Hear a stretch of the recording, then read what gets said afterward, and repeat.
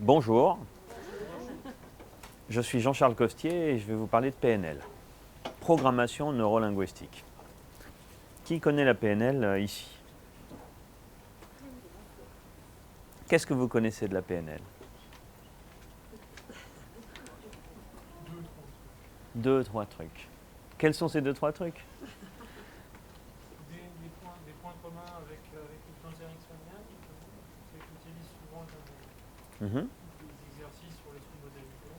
D'accord, Des résultats profonds, rapides et simples, d'accord. par exemple.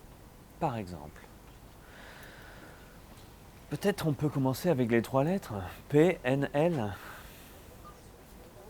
programmation neurolinguistique.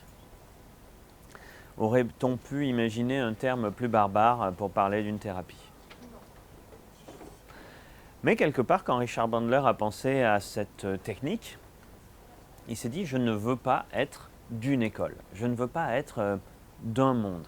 Je veux exprimer dans le nom plusieurs, pas spécialités, mais un côté, je m'intéresse à plusieurs choses différentes. Parce que, à l'origine, c'est quelqu'un qui n'est pas du monde de la psychologie et qui est rentré dans le monde de la psychologie. Et dans la philosophie de la PNL, il n'aime pas ce côté, ben voilà, moi je suis un spécialiste de ça. D'ailleurs, on peut voir sur la fiche Wikipédia de la PNL, les PNListes disent ça, les PNListes pensent ça, les PNListes font ça. Et on voit que cette fiche n'a pas été rédigée par des gens qui pratiquent de la PNL, parce que justement, ce côté identitaire d'un groupe de PNListes n'existe que dans la fiche Wikipédia. On peut parler des psychanalystes, parce qu'en fait, ils existent en tant que corpus. On ne peut pas parler des PNListes parce qu'ils n'existent pas en tant que corpus. La PNL est un ensemble de techniques. Et si vous pratiquez ces techniques, si vous décidez de les utiliser, vous êtes Paul, Pierre, Marie, mais vous n'êtes pas PNListe. Donc programmation pour tout ce qui est automatique. Ça vous fait penser à quoi le mot automatique quand on est dans le monde des thérapies? Automatique. Les conscients. Voilà, voilà, madame arrive tout de suite, la bonne réponse, bravo. En fait, ce qu'on fait de manière automatique, c'est ce qu'on fait sans y mettre notre esprit conscient pour décider quand, comment et même si on va le faire. C'est automatique. C'est automatique. Certains de mes gestes sont automatiques.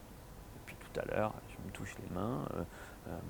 Certains d'entre vous écoutent et ont des gestes automatiques. De mains, des postures qui se sont mises en place parce que, disons qu'on est mieux comme ça pour écouter quelque chose de nouveau.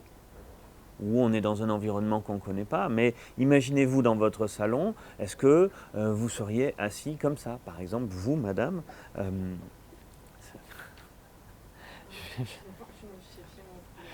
en fait, est-ce que vous seriez bien chez vous pour regarder la télé dans cette posture-là? Ce n'est pas la posture que vous choisiriez.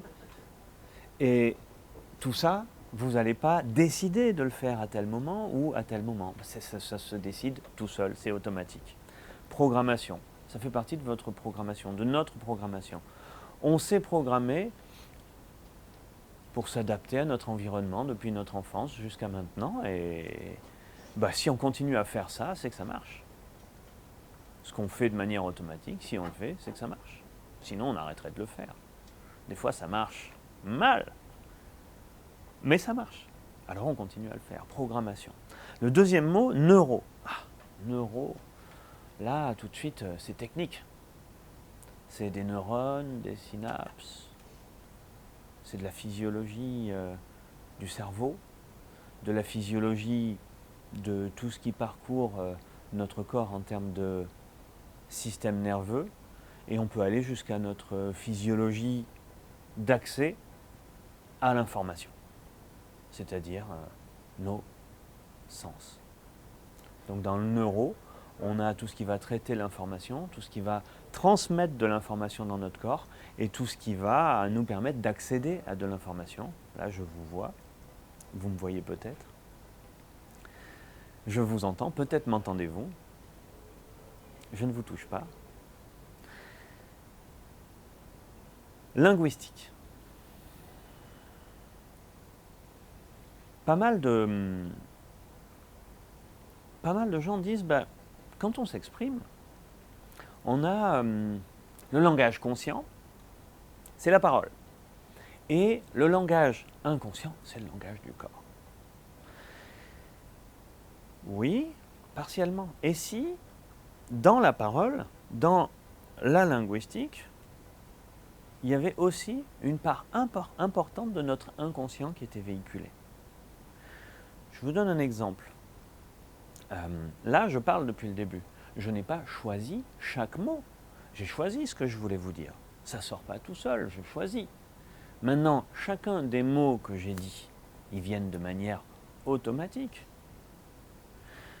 Je peux vous raconter des histoires, je peux vous mentir. La seule information fiable que vous avez me concernant, c'est les mots qui viennent de manière automatique. Par exemple, si je vous dis, voilà, en fait, dans une première partie de ma vie, j'étais une femme et j'ai fait un changement de sexe. Et quand j'étais une femme, j'étais Miss France. Je vous raconte une histoire. Cette histoire, c'est une création. J'ai choisi cette histoire. Nos clients choisissent des histoires. Nos conjoints choisissent des histoires. Notre famille choisit des histoires qu'ils nous racontent. Pas toujours extravagantes. Des fois, ils disent des choses qu'ils pensent comme étant vraies. La seule chose de vrai dans ce qu'ils disent, qui nous donne une vraie info, c'est les mots qu'ils utilisent pour nous raconter les histoires. Et le volet linguistique de la PNL, c'est le volet qui va nous servir non plus à écouter les histoires qu'on nous raconte, mais à écouter les mots qu'on emploie pour nous raconter les histoires, pour avoir la seule information fiable que va nous donner notre client ou notre interlocuteur en général. Et le volet linguistique de la PNL, c'est ça. C'est arrêter d'écouter l'histoire, écouter la forme. Et avec la forme de l'histoire, arriver à comprendre comment fonctionne le client. Un exemple. Si on écoute les prédicats linguistiques qu'utilise notre client, on va savoir si il est plutôt visuel, auditif ou kinesthésique, ou un autre sens. C'est-à-dire, quel est son sens privilégié, celui qui est en avant par rapport aux autres sens. On a tous, hop, voilà, le monde s'exprime devant nous. Hein, vous êtes d'accord? Là, vous êtes dans une salle et vous me voyez. Je me mets là pour voir si, mais j'y étais plus. Pendant que vous me voyez, vous avez tous la même chose qui s'exprime devant vous, avec quelques degrés de différence. Et pourtant, la représentation que vous vous faites de ce qui est en train de se passer est individuelle. C'est-à-dire, chacun d'entre vous est devant la même situation et la représentation symbolique qu'il va se faire de cette situation est individuelle, unitaire. Il n'y en a aucune qui est la même que celle de son voisin. Ah, c'est sûr, ça vient compliquer un petit peu la communication. Entre ce qui s'exprime devant vous et la représentation que vous vous en faites, vous avez votre système qui vous permet d'accéder à l'information visuelle, auditif, kinesthésique, olfactif, gustatif. Dans le cadre de cette réunion, on s'en tiendra au visuel et l'auditif, peut-être kinesthésique, on ne sait jamais. Et dans ces sens-là, vous en avez un de privilégié, chacun d'entre vous. Et un échange avec vous me permettrait de le détecter. Parce que les mots que vous utilisez, si vous voyez ce que je veux dire, si vous êtes plus sensible, vous voyez ce que je veux dire, Oui, j'entends bien. Vous voyez bien que dans notre vocabulaire, on emploie ce qu'on appelle des prédicats linguistiques qui vont donner des informations clés sur le mode de fonctionnement des personnes avec qui on communique. Du coup, qu'est-ce qu'on va pouvoir faire? Qu'est-ce qu'on va pouvoir faire Parce que c'est sympa de savoir tout ça, de le regarder, de savoir le détecter, mais on fait quoi avec ça? Qu'est-ce qu'on va pouvoir faire? S'adapter. En fait, les 3 piliers de la PNL, c'est l'orientation objective, on va revenir sur ce sujet-là, l'acuité sensorielle, et le 3e pilier de la PNL, c'est la capacité d'adaptation.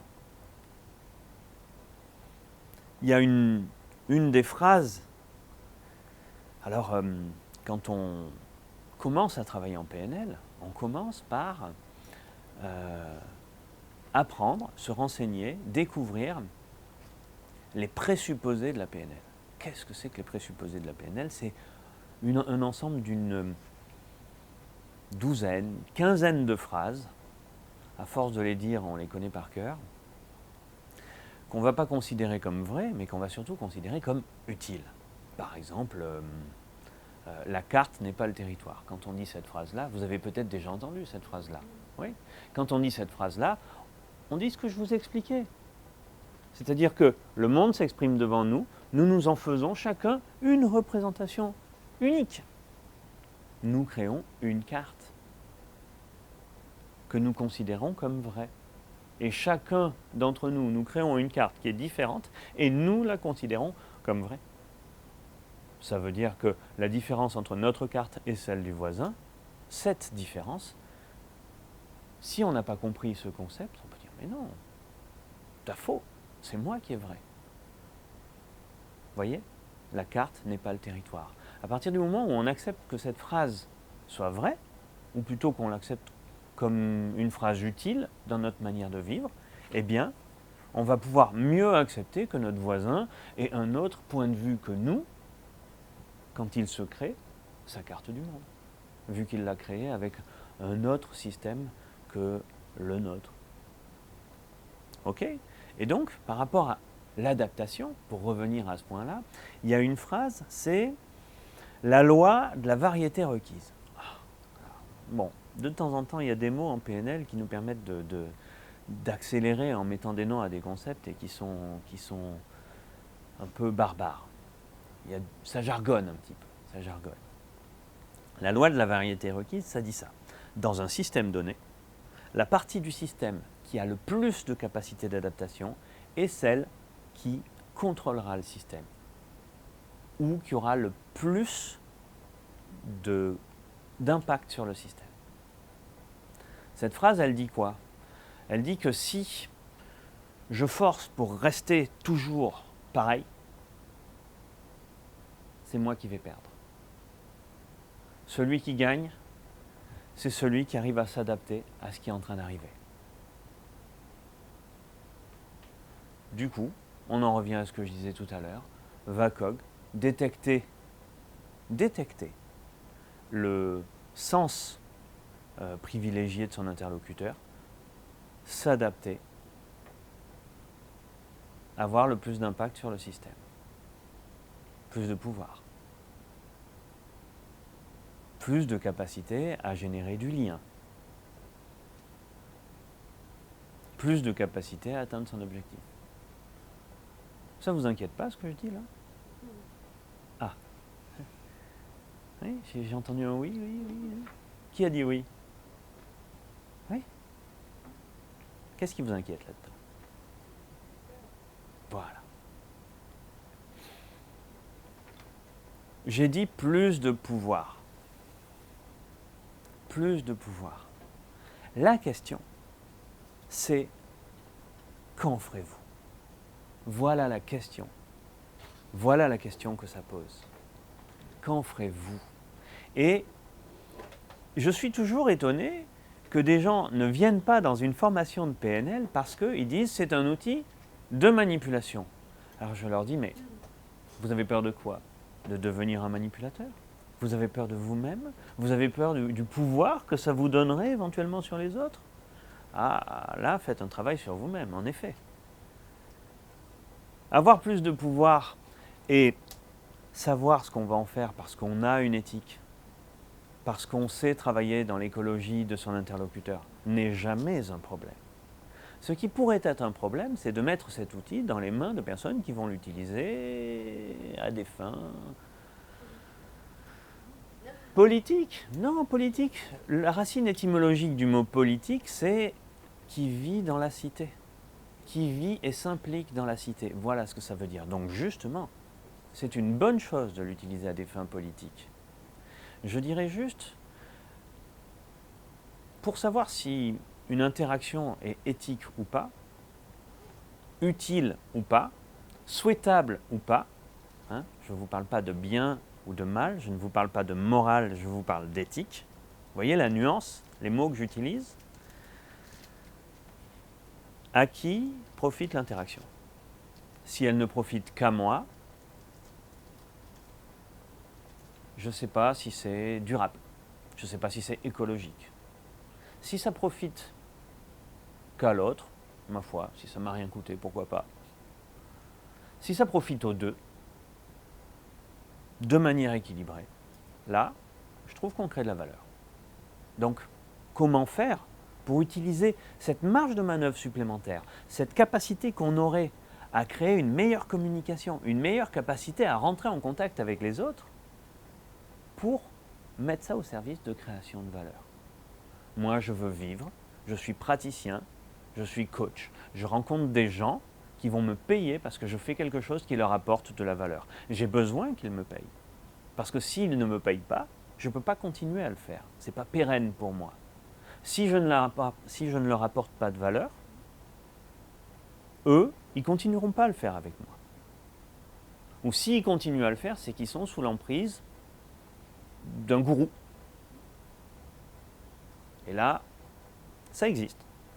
Et il y a des gourous qui sont meilleurs gourous grâce à de la PNL. Ben à ce moment-là, formons le plus de monde possible à la PNL, ça leur permettra de ne plus rentrer sous le pouvoir des gourous. Vous voyez l'optique? Donc oui, le fait de travailler avec cet outil-là nous permet d'améliorer notre interaction, la qualité de cette interaction et éventuellement la qualité de l'influence qu'on peut avoir sur l'autre. Mais c'est bien ce que la personne achète. Et quand on travaille dans le domaine ou dans un des domaines qui joue avec l'inconscient des autres, on ne peut pas dire oui, mais ce qu'on va faire, on le fera toujours en pleine conscience. C'est pas vrai, on ne fait pas tout en pleine conscience. Qu'on soit en hypnose, qu'on soit en PNL, on va jouer à des moments où la personne utilise son inconscient. Donc on ne peut pas dire elle fait tout en connaissance de cause. Non, par définition, non. Inconscient.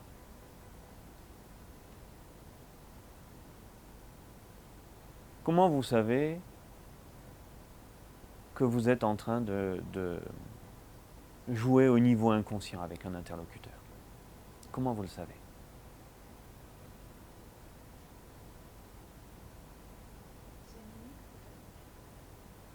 Des signes, mimiques ou autres, oui. Ah, ça c'est un bon test pour savoir si on est synchronisé. Si le rapport est en place. Parce qu'en fait, on va travailler avec un rapport. La qualité de la relation. Et à partir du moment où le rapport est installé, on va pouvoir changer de posture et regarder si la personne nous suit dans notre changement de posture. Par exemple, vous avez une assemblée, un jour je faisais un test. Je testais, les stagiaires étaient en arc de cercle, je me suis mis au bout de l'arc de cercle, je continuais à expliquer, ils avaient tous les bras croisés comme ça, et j'ai expliqué mon cours, et je bouclais la boucle avec eux, et j'avais les bras croisés comme ça. Et petit à petit, au fur et à mesure que j'expliquais, petit à petit, je décroisais les bras, et tout le monde, pas tout le monde, allez, non, je ne vais pas vous faire de la science-fiction, une grande partie des stagiaires ont décroisé les bras et ont changé de posture. Donc là, on a établi un bon rapport, une bonne synchronisation, c'est-à-dire une bonne communication d'inconscient à inconscient. Ceux qui n'avaient pas les bras croisés, ça n'a rien changé pour eux. Voilà. Le rapport, quand on apprend au début, on apprend à se synchroniser. Donc on apprend à se synchroniser, on va aller imiter physiquement l'interlocuteur, qui se sent contacté par le fait qu'on a la même posture que lui. Et c'est vrai qu'au début, on fait de la synchronisation comme on ferait de l'imitation. C'est notre outil d'apprentissage. Pourtant, la synchronisation, c'est pas imiter l'autre. La synchronisation, c'est aller dans l'intention de la posture de l'autre avec l'intention de notre corporalité. J'utilise du langage flou volontairement.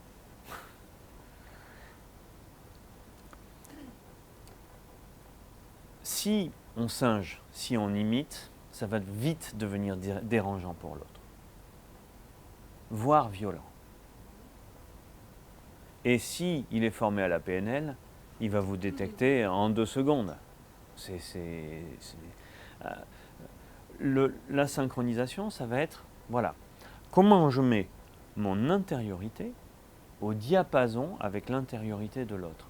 Bien sûr, il y a la posture physique, et derrière, il y a tout ce que je vais aller chercher d'autres. Alors moi, je ne vais pas vous parler d'énergétique, mais pourtant, on peut parler, par exemple, de niveau émotionnel. On peut parler de, si la personne est calme, moi je suis tendu, elle a une posture, elle est très calme et elle a les bras croisés, et moi je suis tendu et j'ai les bras croisés, je ne suis pas synchronisé. Je l'aurais imité, c'est tout ce que j'aurais fait, mais je ne me serais pas mis sur un plateau qui me permet de communiquer avec cette personne. Donc je communiquerai mal. Alors, cette matière, on l'apprend, on communique beaucoup dessus, hein, et puis on fait le technicien, et le premier pas du technicien, avant de commencer toutes les autres interactions, c'est de mettre en place le rapport, vu qu'on considère que pas de rapport, pas de PNL. Vous pouvez rencontrer des gens qui vous disent « je suis maître praticien en PNL » et qui sont incapables d'établir le rapport. Ils ne sont pas maîtres praticiens. Ils ont appris le cours de maître praticien. Ils ont toute la quantité cognitive qu'on leur a desservie dans le cerveau, mais leur corps n'est pas praticien ou maître praticien en PNL. Du coup, pendant tout le cursus, le formateur va vous accompagner sur la synchronisation. Parce que, petit à petit, aux techniciens on fait la synchronisation, aux praticiens on l'améliore, et aux maîtres praticiens on fait encore des exercices. Par exemple, je vous donne un exercice du maître praticien, c'est marcher dans les mocassins de l'autre. On va dans la rue, et pendant une demi-heure, on marche à environ 10 mètres de distance de l'autre. L'autre marche dans la rue. On l'a fait à Marseille la dernière fois, c'était sympa, il faisait beau, il y avait le marché, c'était génial. Donc vous partez à 3. Il y en a un qui marche et son but c'est de faire sa vie de tous les jours. Il doit marcher. Alors on lui donne quelques directives. Par exemple, s'il y a un marché, de ne pas aller dans des endroits où il y a trop de monde parce qu'on n'arrive plus à se voir. Donc il doit marcher et il y en a un qui va aller dans sa corporalité, aller dans sa nature corporelle. Donc on va chercher à faire les mêmes gestes, à avoir la même manière d'être ancré avec le sol pour certains, ou d'être très aérien pour d'autres. Et on va changer. Du coup c'est un gros exercice. Hein. Et il y en a un troisième qui regarde, il y a ça qui n'est pas pareil, et qui donne des informations. C'est le correcteur. Et là, il dit, en temps réel, pendant une demi-heure. Et l'exercice est intéressant parce que les 10 premières minutes, on force. On est là, et puis petit à petit, c'est pour ça que c'est important que ça dure une demi-heure, parce qu'il y a un moment où on n'y pense plus, où on rentre dans une forme de transe légère, où on n'est plus soi-même, mais on est rentré dans la capacité de l'autre. Et là, on fait un énorme exercice pour mieux intégrer corporellement ce que c'est que la synchronisation. De toute façon, toutes ces formations, toutes les formations dont on vous parle ici, sont des formations de praticiens. Quand on commence la formation, moi je dis à mes stagiaires, vous savez, sur votre diplôme, il n'y aura pas écrit théoricien en hypnose ericksonienne, théoricien en programmation neurolinguistique, il y aura écrit praticien. Sachez juste une chose, 3 mois après, de tout ce que vous aurez appris, et que vous n'aurez pas mis en œuvre, 70% sera perdu. Alors moi j'aime bien le chiffrer. Un praticien PNL, disons que c'est aux alentours de 2000 €, ça fait 1400 € de perdu. 6 mois après, 90% est perdu. Ça fait 1800 € de perdu. Et votre temps. Et votre temps. Du coup, tous les jours, dans une formation, je commence ce matin et je leur dis le soir, qu'est-ce que vous avez fait hier soir? Qu'est-ce que vous avez fait? Et pour travailler ça, il n'y a pas besoin d'avoir un client, il n'y a pas besoin d'être assis. Vous allez à la terrasse d'un café, dans un supermarché, vous regardez les gens passer et vous vous dites comment il est. Vous vous mettez dans le métro, vous prenez une personne qui n'est pas juste à côté de vous, qui est un peu plus loin, vous vous synchronisez avec et vous changez de posture. Et vous voyez justement si elle change de posture aussi. Vous allez travailler votre acuité sensorielle. Vous vous promenez dans la rue et vous vous interrogez. Tous les gens que je croise, je vais regarder la couleur de leurs yeux. Aujourd'hui, je vais faire ce travail pour m'exercer. Et c'est en faisant des exercices comme ça que vous allez développer votre acuité sensorielle. C'est d'être Attentif. Attentif. Après, vous avez moyen d'être attentif. Alors, mon bonhomme, voilà, hein, il est presque symétrique. Vous pouvez être attentif à tout ce qui est autour de vous. Et là, vous serez uptime. Et vous pouvez être attentif aussi à tout ce qui est à l'intérieur de vous. Et là, vous serez downtime. Et si vous arrivez à faire les deux en même temps, là, vous aurez vraiment développé une capacité. Ça fait partie des petits exercices que vous pouvez faire. Après, les techniques, les protocoles, oui, il y a en tout, pour être maître praticien, on fait 32 jours de formation. C'est rien. Et à la fois, c'est tout. C'est énorme. 32 jours. Si à chaque minute de ces 32 jours, vous changez quelque chose et vous vous investissez personnellement, ça fait beaucoup. Mais ça peut être très court, 32 jours. Non? Mais vous dites se synchroniser émotionnellement. Par exemple, si le patient est dans une émotion inconfortable, on voit, c'est difficile d'être dans cette émotion parce qu'en hypnose, on nous apprend que par la respiration, la synchronisation. Alors, mais émotionnellement, s'il est dans une bonne émotion, bon, d'accord, il est bien. Mais s'il vient par très fort, une colérique et tout cela, c'est très difficile de se synchroniser avec lui. quelqu'un arrive et parle très fort, il est en colère, il lui est arrivé quelque chose. Donc, colère. Et lui, il arrive, il est là. Très bien. Vous, si vous vous mettez là, vous ne pourrez pas travailler avec lui. La personne est là, elle s'exprime très très fort, et vous vous mettez. J'aimerais que vous vous calmiez un petit peu. Il n'y a rien de.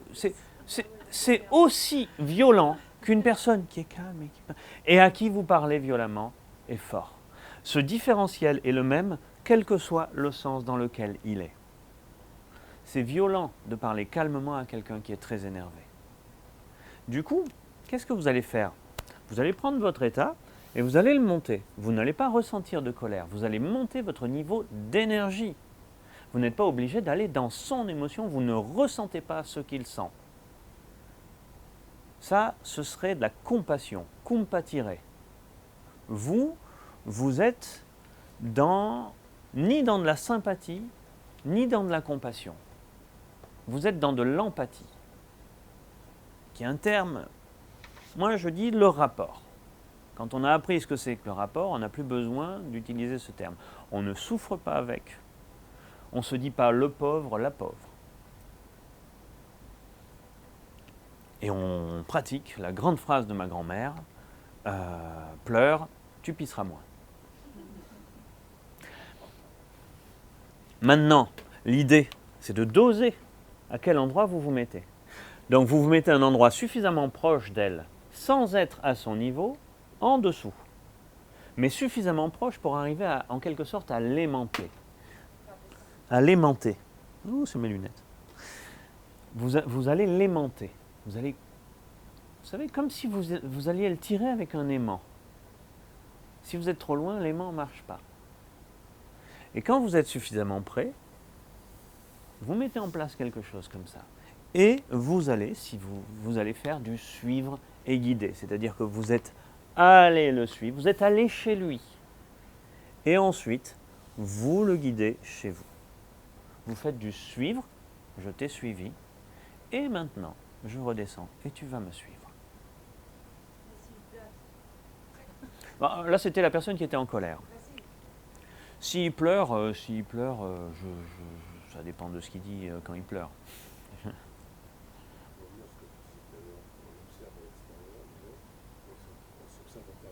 En même temps.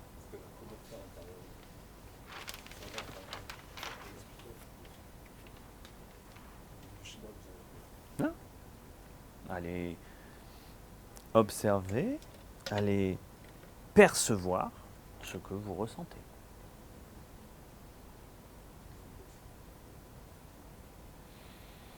Il y a des gens qui sont très très forts pour aller dans les perceptions extérieures. Il y a des gens, perception extérieure, que dalle, c'est tout dans l'intériorité. Et adaptation. Je sais m'adapter. Donc, j'adapte si j'ai besoin d'aller percevoir ce que je ressens à l'intérieur, si j'ai besoin d'aller percevoir ce qu'il y a à l'extérieur. Madame a dit tout à l'heure, la personne arrive, elle a une émotion négative. Hein, c'est le mot que vous avez employé. Émotion négative, ça n'existe pas. Si, au niveau d'évolution où nous sommes, hein, on a des smartphones, si on a toujours les émotions, c'est qu'elles nous servent. Tout ce qu'on a nous sert à quelque chose.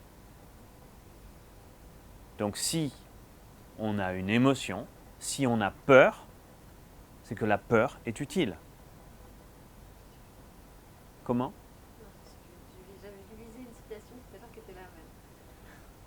La peur, un jour un client vient me voir pour le vertige.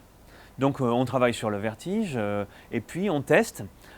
Pour monter dans mon immeuble, il se collait au mur dans la cage d'escalier pour ne pas s'approcher de la rambarde. Et puis on monte et il me dit on teste. Je fais oui, on teste. On monte au 7e étage. Et puis je le vois, il se penche comme ça à la rambarde, il monte. Et je fais tu pèses combien ? Il me dit 120. Je me dis ouais, s'il tombe, je ne peux pas le retenir. Je le revois 3 mois après. Je fais alors comment ça va ? Ah, il me dit super, je peux faire de la montagne, j'habite dans les montagnes, hein, je ne suis pas parisien, je suis en Savoie. Je peux faire de la montagne, je me régale, c'est super. Mais quand je me rapproche d'une falaise, j'ai quand même un peu peur. Je dis, mais moi aussi. Et c'est super utile d'avoir peur quand on se rapproche d'une falaise. Parce que les gens qui n'ont pas peur, quand ils se rapprochent d'une falaise, ils sont dangereux. Ils sont gravement dangereux pour eux-mêmes. Nos émotions, elles sont là pour nous accompagner. Je fais cette métaphore sur la peur du vide. Il en va de même pour toutes les autres émotions. Vous êtes dans votre travail, vous êtes dans un boulot professionnel et vous n'avez pas le moral. Il y a souvent quelque chose qui cloche dans ce que vous êtes en train de faire. Il y a souvent quelque chose qui cloche sur l'adéquation de votre travail et de la vision que vous avez de vous-même. Ou quelque chose qui cloche entre ce qu'on vous demande de faire et certaines valeurs qui sont importantes pour vous. Du coup, cette émotion, savoir l'écouter, l'accueillir, l'idée, c'est pas de se jouer du violon pendant des années, hein. L'idée, c'est d'en faire quelque chose. Ok, est-ce que c'est utile d'avoir cette émotion maintenant? C'est utile? Qu'est-ce que je fais avec alors? Si je ne suis pas capable de prendre une décision ou de changer quelque chose grâce à cette émotion, alors elle n'est pas utile. Je vais apprendre à ne pas la ressentir ou à passer à autre chose. Qu'est-ce que je voudrais ressentir d'autre?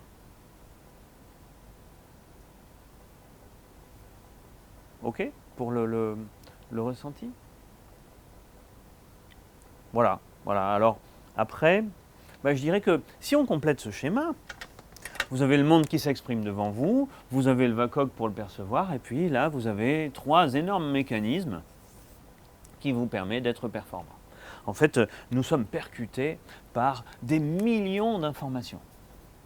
Des millions d'informations, et là, dans notre cerveau, à chaque instant, on est capable de prendre en compte 7, plus ou moins 2 morceaux. Le psychologue qui a écrit cette règle, il n'a pas défini ce qu'il entendait par morceau, mais grosso modo, ce n'est pas des millions.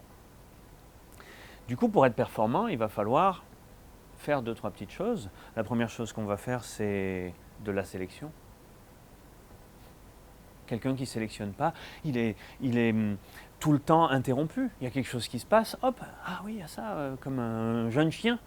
On agite quelque chose devant ses yeux, hop, il arrête ce qu'il est en train de faire, il oublie tout de suite. Vous faites de la sélection. J'ai un objectif, je suis en train de faire quelque chose, est-ce que c'est utile pour ce que je suis en train de faire? Est-ce que ça me met en danger? C'est pas utile et ça ne me met pas en danger, donc je ne le regarde pas, je le regarderai après. Vous voyez? Tout ça, c'est inconscient. Je fais de la sélection.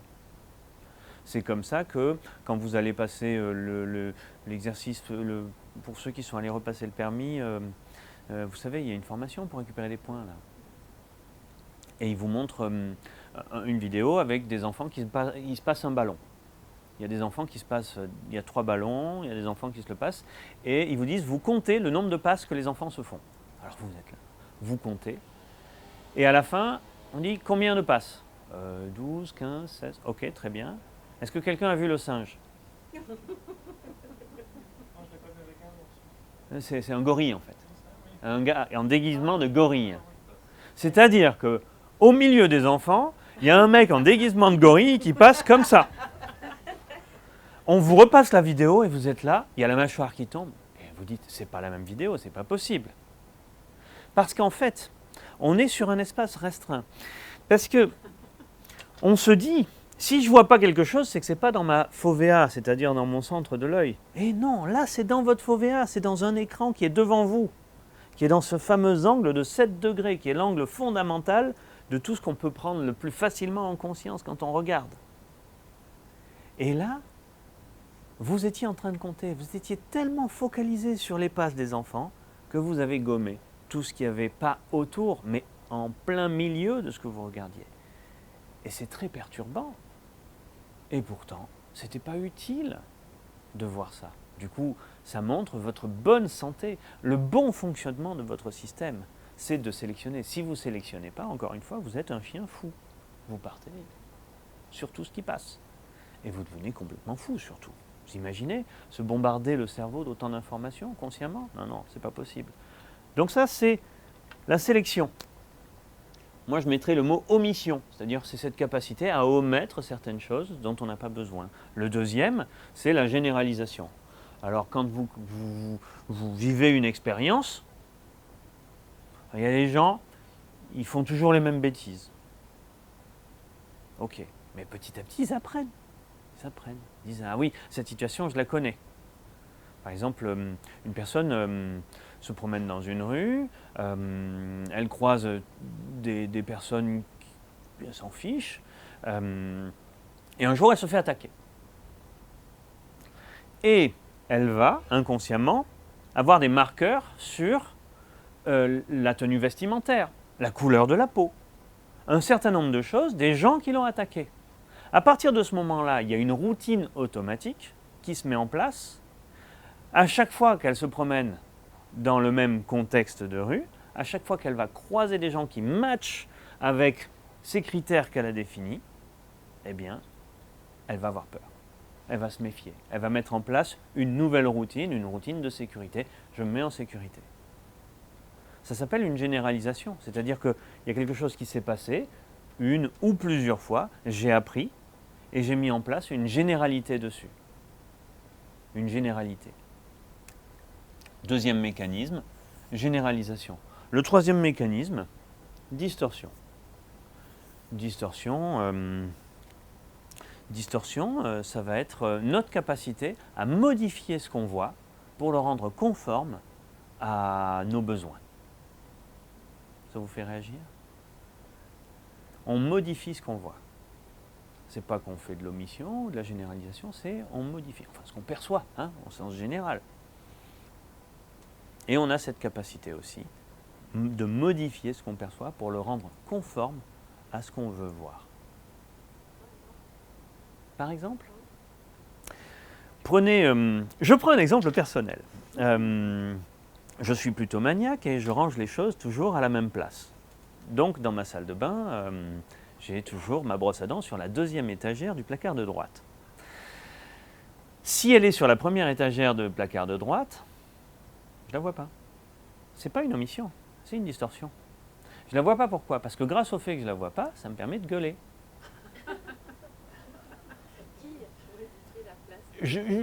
Exactement, voilà. Qui a fait ça? Mes valeurs ne sont pas respectées, ma valeur ordre n'est pas respectée, et ça me permet d'aller exprimer ce que je fais souvent bien, ma belle voix, auprès soit de mes enfants, soit de mon épouse. C'est de la distorsion. Je change l'image qui est devant moi, c'est devant moi, je le vois. Mais comme j'ai besoin peut-être d'exprimer quelque chose lié à une frustration autre, allez savoir ce qui se passe dans le couple. Bref, vous voyez donc qu'il n'y a pas que notre sens privilégié, mais également tout un tas de mécanismes entre le monde et notre symbolique, notre représentation symbolique du monde. Un long speech juste pour expliquer que la carte n'est pas le territoire. Et là, elle est de moins en moins. Elle est de moins en moins le territoire. Du coup, avec ce qu'on voit, eh bien, on va avoir des états, des émotions. C'est-à-dire qu'on va se sentir bien. Ah, ce que je vois, c'est bien. Ça me plaît. Pensez à un coucher de soleil sur une belle montagne ou sur une plaine ou dans un désert. Pensez à quelque chose de beau avec des couleurs. Ça va générer un état de bien-être. Pensez à la décharge publique qui est pas loin de chez vous.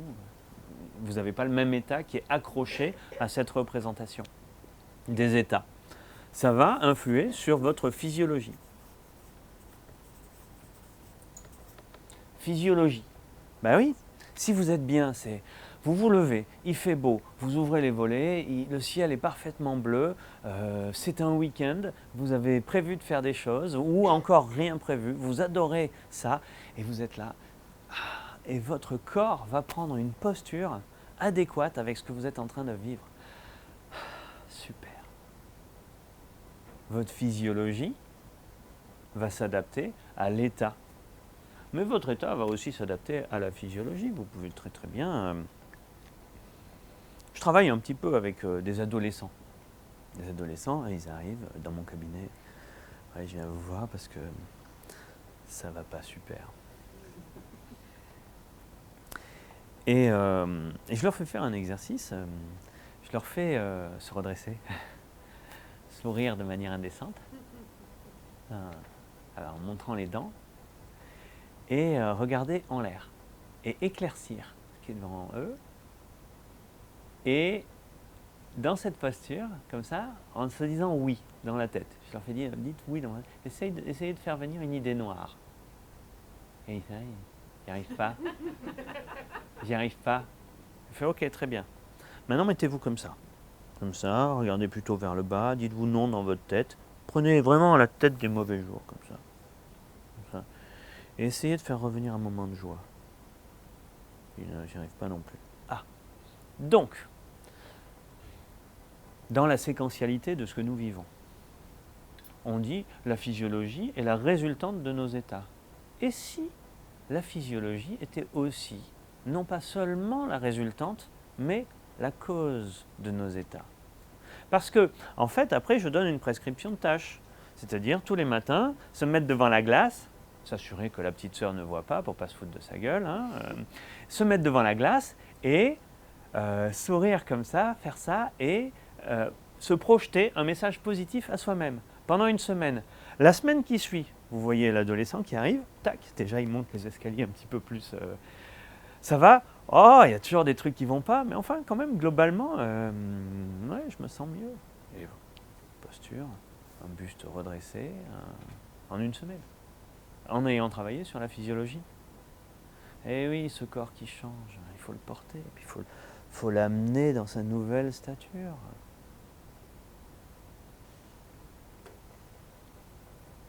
Soupir.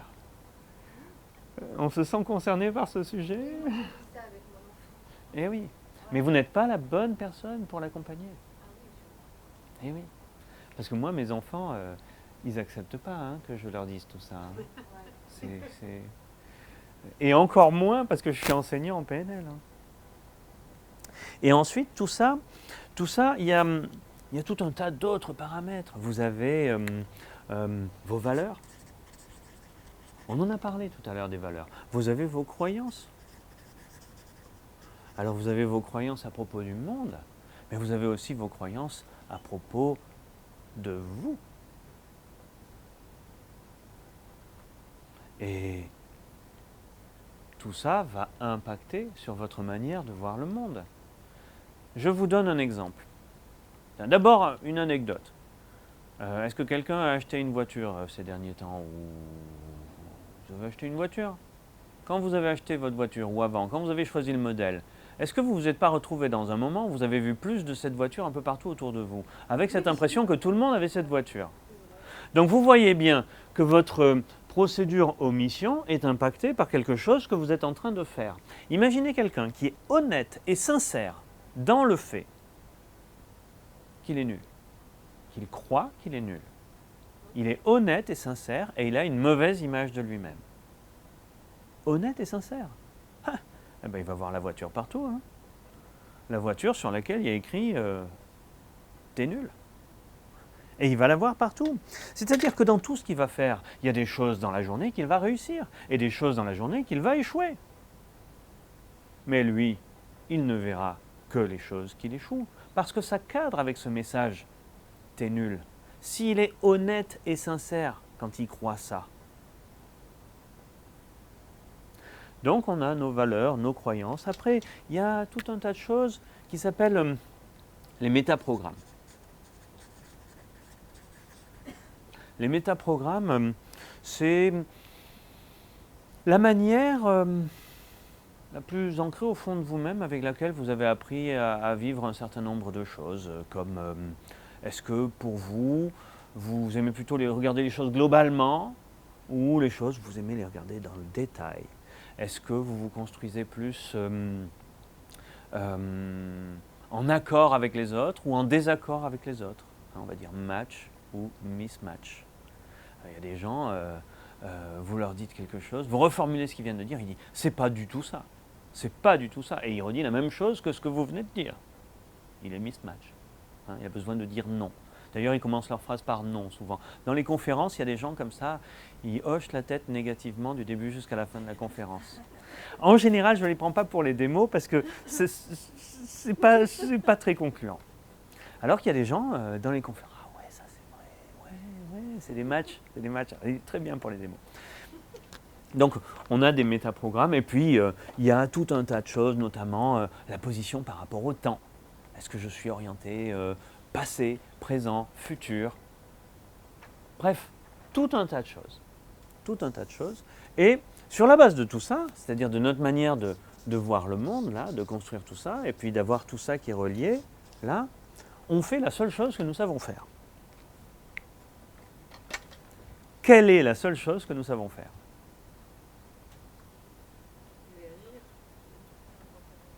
Moi, je veux un mot encore plus générique que ça. Il n'y a qu'une chose qu'on sait faire. Ouais. Et vivre, c'est quoi pour un être humain? Ouais, c'est communiquer. Ouais, mais pour tout le monde. Nous ne pouvons pas ne pas communiquer. Citez-moi quelqu'un qui ne communique pas. Celui qui parle communique, celui qui se tait communique. Nous ne faisons que communiquer. Et tout ce que nous voyons devant nous, c'est des actes de communication. Donc, nous communiquons. Et nous communiquons de manière consciente. Et puis, nous communiquons. Je fais une flèche plus grosse. De manière inconsciente. Et tout ça, nous communiquons vers le reste du monde. Les autres. Vous savez, les autres, ceux qui sont autour de nous.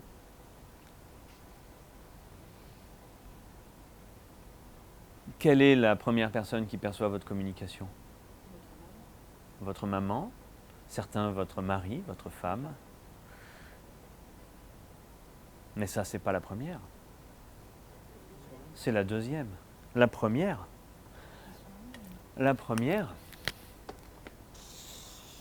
c'est celle-là. Et dans notre communication, nous nous réapprenons à nous-mêmes notre mode de fonctionnement. Cette boucle que je viens de dessiner, c'est la boucle des gens qui fonctionnent bien. Dans les formations de Synapse, on fait des formations de techniques différentes, que ce soit la PNL, l'hypnose, le coaching, etc. Et nous faisons la psychopathologie. En fait, quelqu'un qui ne fonctionne pas suivant ce modèle-là, ce n'est pas un client pour vous. Parce qu'il a une pathologie. Nous, on travaille qu'avec des clients qui marchent bien. Des fois, ces clients qui vont bien, ils vont bien mal. Mais vous ne pourrez pas utiliser la PNL, qui est le modèle de communication qui utilise le fonctionnement des gens qui vont bien, sur des gens qui ne fonctionnent pas comme ça, parce qu'ils ont une pathologie. Donc, votre outil n'est plus l'outil approprié. C'est pour ça que nous vous poussons. Ah ben c'est 18h, on peut répondre aux questions après. Nous vous poussons à suivre les formations de psychopathologie pour arriver à détecter les gens qui ne rentrent pas dans ce schéma-là. Du coup, dans la communication, on va avoir la communication du corps, qui est très dans l'inconscient pour ceux qui ne sont pas formés. Après, pour ceux qui sont fermés, eh bien, la communication du corps, un homme politique est éduqué corporellement. Donc lui, la communication du corps, elle part là-dedans. Et pas mal de gens, je vous le disais, me disent « Ah oui, la parole c'est dans le conscient. » Oui, dans l'histoire que vous voulez raconter, mais dans les mots que vous utilisez, c'est ici. La parole, c'est ici. Et ici, vous allez faire quoi dans votre langage? Vous allez faire, omission, généralisation, distorsion. Eh bien, vous allez faire des omissions, des généralisations et de la distorsion. Et on a, en PNL, un outil, ça commence à être brouillon, mais je vous ai mis à peu près presque toute la PNL dans un schéma, un outil qui s'appelle le métamodèle, qui répertorie toutes les manières qu'on peut avoir, 12 formes, juste 12, de faire ce qu'on appelle des violations du métamodèle, qui nous donnent des informations thérapeutiques sur le fonctionnement d'une personne. Et c'est un élément clé de la PNL parce que grâce à ça, on va savoir comment fonctionne notre client. Et de temps en temps, rien qu'en changeant son vocabulaire, tout comme avec l'adolescent, on a changé sa physiologie, on est arrivé à influencer son état, en changeant son vocabulaire, on arrive à changer ses croyances. Parce qu'il porte ses croyances dans son vocabulaire inconscient. Mais je ne peux pas faire ça. Quelqu'un qui utilise ce qu'on appelle un opérateur modal de possibilités à la négative, c'est quelqu'un qui a un blocage quelque part et que vous allez creuser. Et ce blocage, c'est qu'est-ce qui vous en empêche? Vous pouvez lui demander ça. Ou une autre question plus percutante, quel serait le problème si vous pouviez? Qu'est-ce que vous voulez dire par là? Et là, on ouvre encore une porte. Et là, on va un peu vers la vérité. Est-ce que vous avez des questions? Mon nom.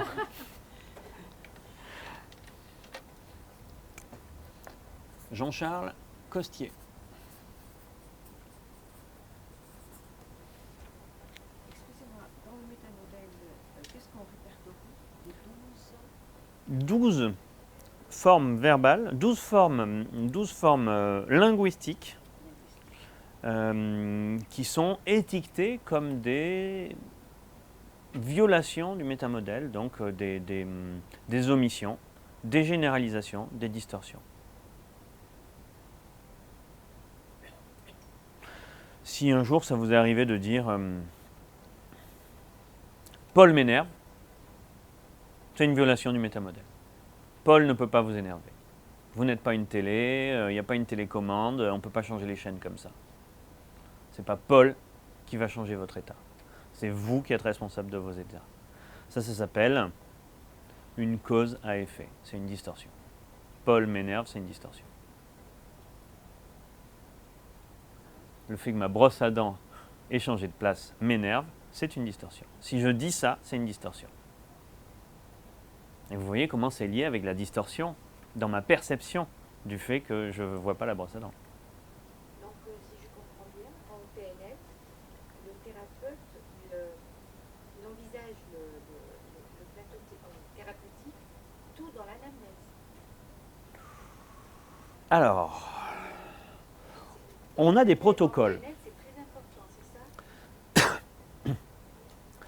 Je vous disais tout à l'heure que les 3 piliers de la PNL, c'est votre acuité sensorielle, l'acuité sensorielle en général, parce que l'acuité sensorielle de votre client est importante aussi. Hein. C'est important qu'il voit qu'il a atteint son objectif. C'est sa capacité à s'adapter, à évoluer, et l'orientation objective. En fait, dans l'anamnèse, on va insister sur la définition des objectifs. Bonjour, ça ne va pas. Qu'est-ce qui ne va pas? Depuis quand? Comment c'est arrivé? Tout ça, vous pouvez le demander. Ça fera plaisir à votre client, mais ce n'est pas ça qui va vous aider. C'est comment vous voudriez que ce soit. Dites-moi comment ce serait si c'était bien. Donc, c'est des questions types en PNL. C'est ça ce que je veux dire. Est-ce que c'est un protocole qu'on doit suivre en fait en tant que... Disons que la définition d'objectif, quand vous sortez d'une formation PNL, vous avez les 7 critères d'un objectif bien défini en tête. Et à vous de vous n'allez pas passer par un questionnaire type. Je préfère. Il y a un questionnaire, hein, il est même dans le support. Vous pouvez très très bien utiliser ça comme guide d'entretien. Mais je préfère que vous ayez en tête les 7 critères d'un objectif bien défini. Et qu'est-ce qu'un objectif, qu'est-ce qu'un but, qu'est-ce qu'une finalité, plutôt que de suivre. Au début, vous ferez d'ailleurs peut-être ça. Vous suivrez le guide d'entretien et petit à petit, à force de le suivre, vous comprendrez ce qui est important dans ce guide d'entretien. Donc vous aurez les deux.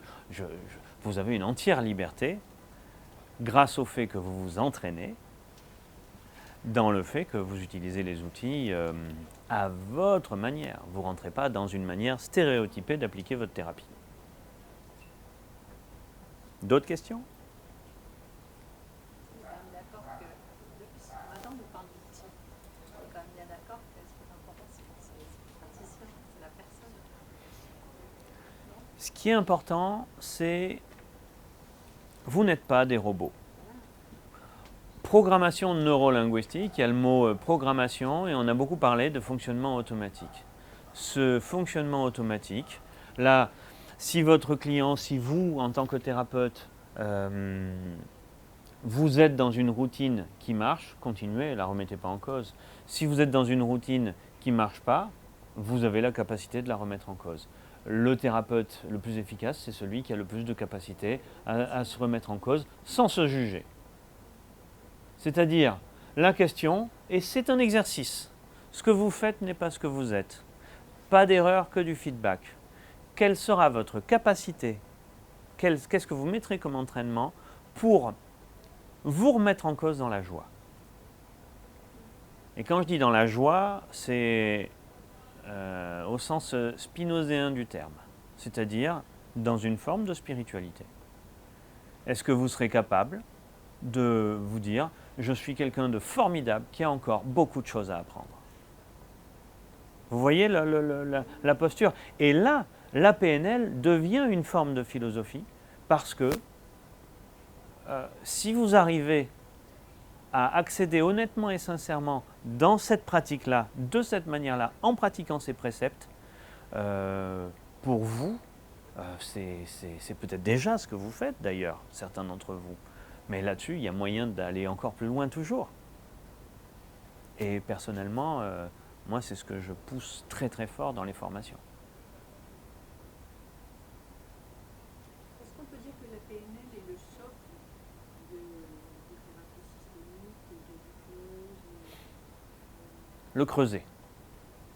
C'est ça. Le creuset. C'est de là que tout est parti. Pas le socle, le creuset. C'est pas de là que tout est parti. Si vous lisez les lettres à Lucilius et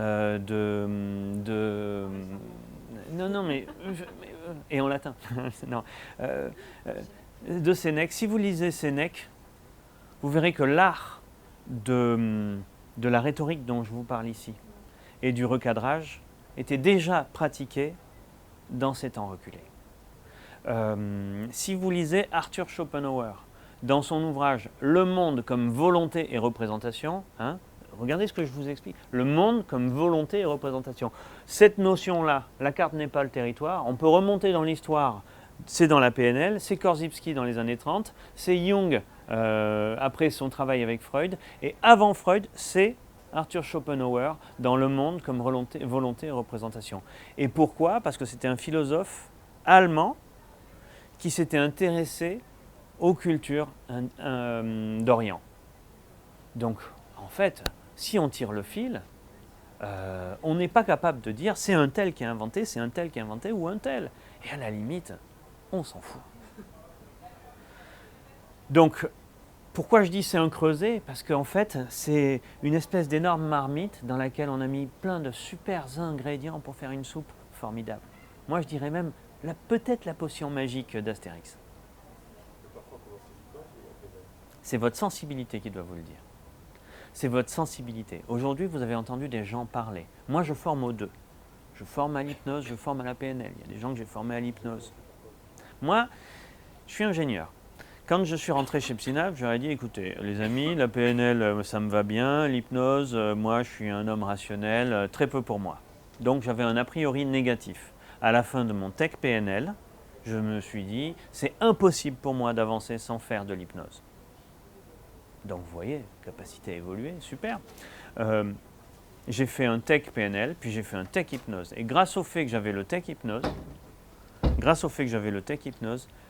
toutes mes formations PNL après, ça a été puissance 10. Ce qui est beaucoup de l'hypnose, les métamodèles. Alors, l'hypnose ericksonienne. Parlons de l'hypnose qui est enseignée à Synapse, l'hypnose ericksonienne. L'hypnose ericksonienne, ce n'est pas l'hypnose de Milton Erickson. C'est l'hypnose qui a été modélisée par un certain Richard Bandler, papa de la PNL, en allant rencontrer Milton Erickson. Donc l'hypnose ericksonienne, c'est de la PNL. Chez Synapse, les deux cursus sont séparés. Vous pouvez faire l'un, l'autre à votre guise. Dans les centres de formation que j'ai pu fréquenter en Angleterre, les deux sont faits ensemble. Du coup, résultat, il n'y a personne qui fait de la PNL sans avoir fait de l'hypnose, et surtout, il n'y a aucun praticien qui fait correctement de l'hypnose. Pourquoi? Parce qu'on ne passe pas suffisamment de temps sur l'hypnose. Voilà l'avantage, et voilà pourquoi Philippe et Virginie Vernois ont décidé de séparer la PNL et l'hypnose en faisant deux cursus complémentaires. Mais de toute façon, au maître praticien PNL, vous ferez le Milton Model et vous ferez les métaphores, parce qu'il n'est pas possible d'être un maître praticien en PNL si on ne pratique pas l'hypnose. Le message est clair. Et ça, ce n'est pas nous qui le disons, c'est les standards. Vous savez, quand on vous délivre un diplôme, on cadre avec des standards internationaux. Et ces standards donnent la liste de tout ce qui doit avoir été enseigné. Et l'hypnose doit avoir été enseignée. Donc, les deux, c'est les deux faces de la même pièce. Pour revenir à votre question, votre sensibilité, c'est ce qui va vous guider. Et l'idée, c'est qu'est-ce qui vous permettra d'être le plus efficace dans une pratique le plus tôt possible. Voilà ce que je propose. Quand je vous ai dit tout à l'heure qu'en 3 mois, vous perdiez 70% et qu'en 6 mois, vous perdez 90% de ce que vous n'avez pas pratiqué. Mettez en route le chemin qui vous permet de mettre un petit encart quelque part, je fais de l'hypnose ou je fais de la PNL, et de recevoir des gens. Et je dois dire qu'avec l'hypnose, c'est plus rapide. Donc, périmètre d'action plus petit, capacité d'action avec moins d'expérience. Je connais des praticiens qui, avec un prat-hypnose, ont ouvert un cabinet. Que le prat-hypnose. Alors, ils se sont bien cassés les dents sur des clients, mais c'est pas grave ça. Il n'y a pas d'erreur, il n'y a que du feedback. Il y avait une autre phrase, c'était « Vous ne ferez jamais plus mal à un client qu'il ne se fait déjà mal à lui-même ». Et je rajoute, si vous respectez les principes de l'écologie, que nous vous enseignons en insistant énormément dans nos formations, aux praticiens hypnose notamment. Donc si vous respectez l'écologie, vous ne ferez pas mal à un client. Si vous avez un petit peu oublié la question de l'écologie, là vous pouvez vraiment faire de la merde.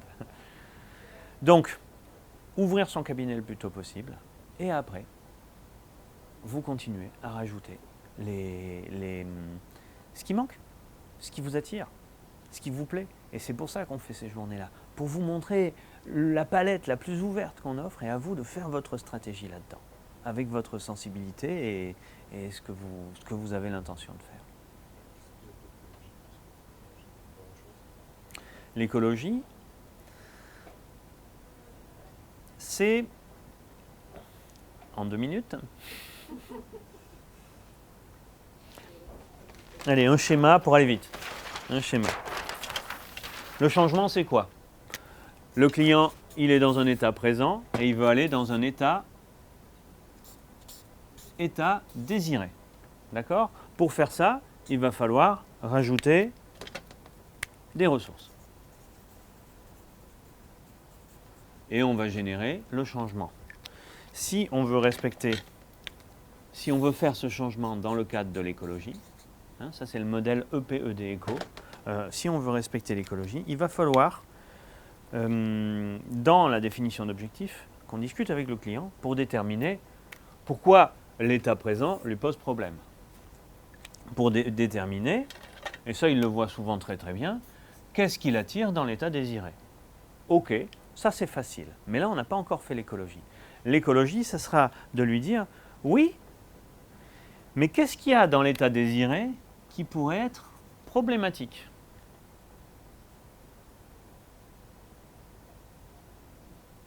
Qu'est-ce qui pourrait être problématique?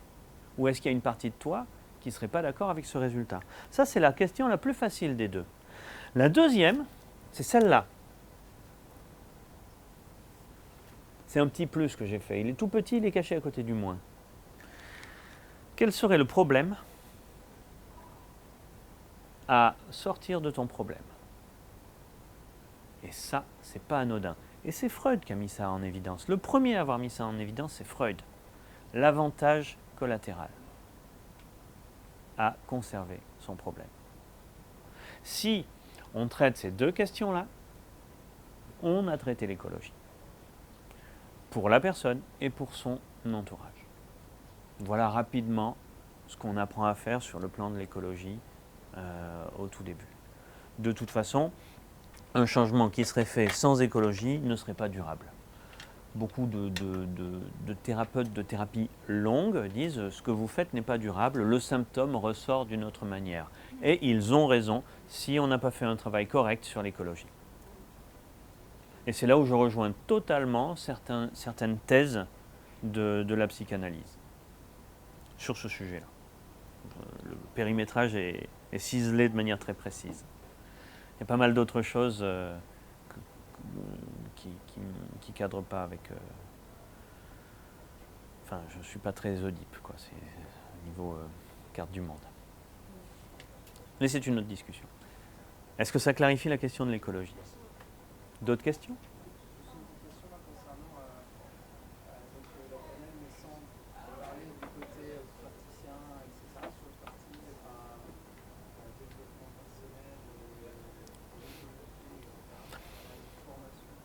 Alors, dans nos formations, on a régulièrement Quel âge vous avez? 27 ans. Dans nos formations, on a régulièrement des personnes de tout âge, qui viennent, qui n'ont pas d'objectif thérapeutique et qui se forment à la PNL pour leur plaisir personnel, pour ce qu'ils vont en retirer. Ce n'est pas la spécialité de Psynaps, parce que dans nos formations, on a plutôt des thérapeutes. Donc on leur propose, au début de la formation, on leur dit, voilà, vous venez dans cette formation, de 8h à 18h, vous êtes un thérapeute. Et vous en tirerez encore plus que si vous allez dans un centre de formation. Là, si je suis ici, c'est parce que j'en suis convaincu. Si vous allez dans un centre de formation qui ne forme que des pros, qui ne vont pas être que des... Ça s'appelle la PNL Corporate, c'est-à-dire c'est des gens qui vont l'utiliser dans le management, qui vont l'utiliser dans l'entreprise. Et moi, j'appelle ça la PNL bullshit.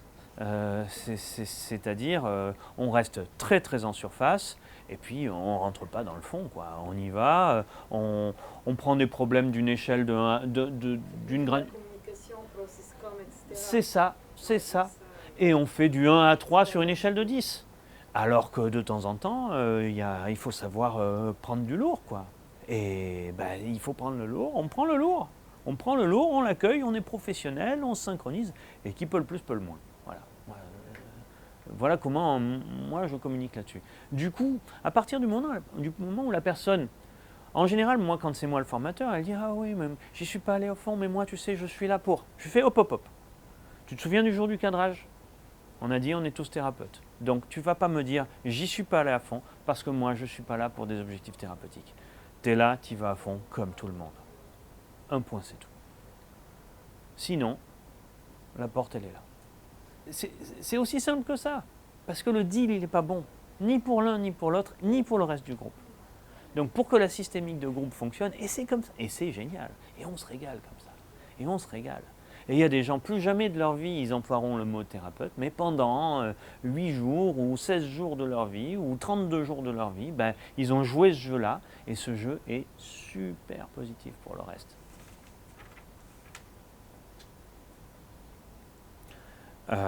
Après, en parallèle, je communique sur une nouvelle formation qu'on a lancée, qu'on commence là à Lyon fin octobre, jeunes adultes, PNL jeunes adultes. Donc il n'y aura pas de thérapeute, ce sera qu'un groupe de jeunes adultes qui vont travailler à leur propre développement, de 17 à 22 ans. C'est pour ça que je vous demandais votre âge, mais vous avez dépassé la limite. Mais on a régulièrement dans tous les groupes. Oui, c'est pour ça que j'ai posé la question.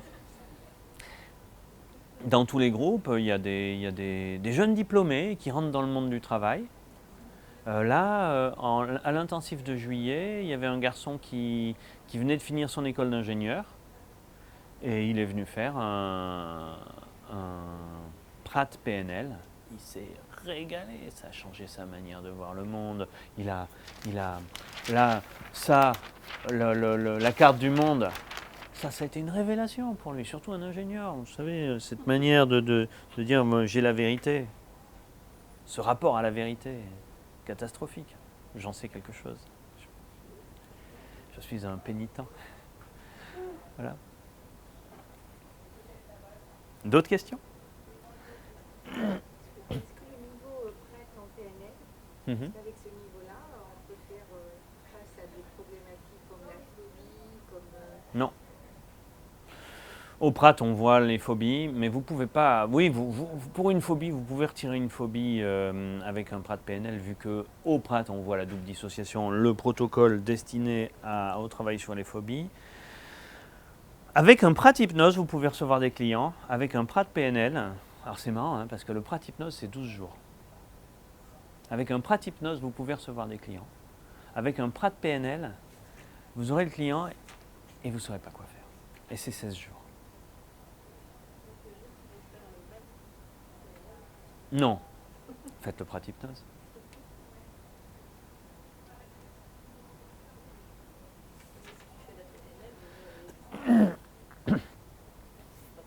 Alors, voyons les choses sous un autre angle.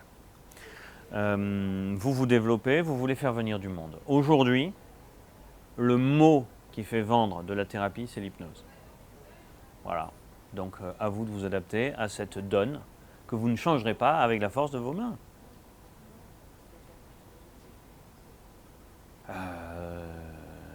Que les choses soient claires. Si vous mettez une plaque avec PNL, personne va vous appeler. Vous mettez une plaque avec hypnose, vous allez avoir des appels. Moi, j'ai psychopraticien, hypnose, PNL, les gens m'appellent.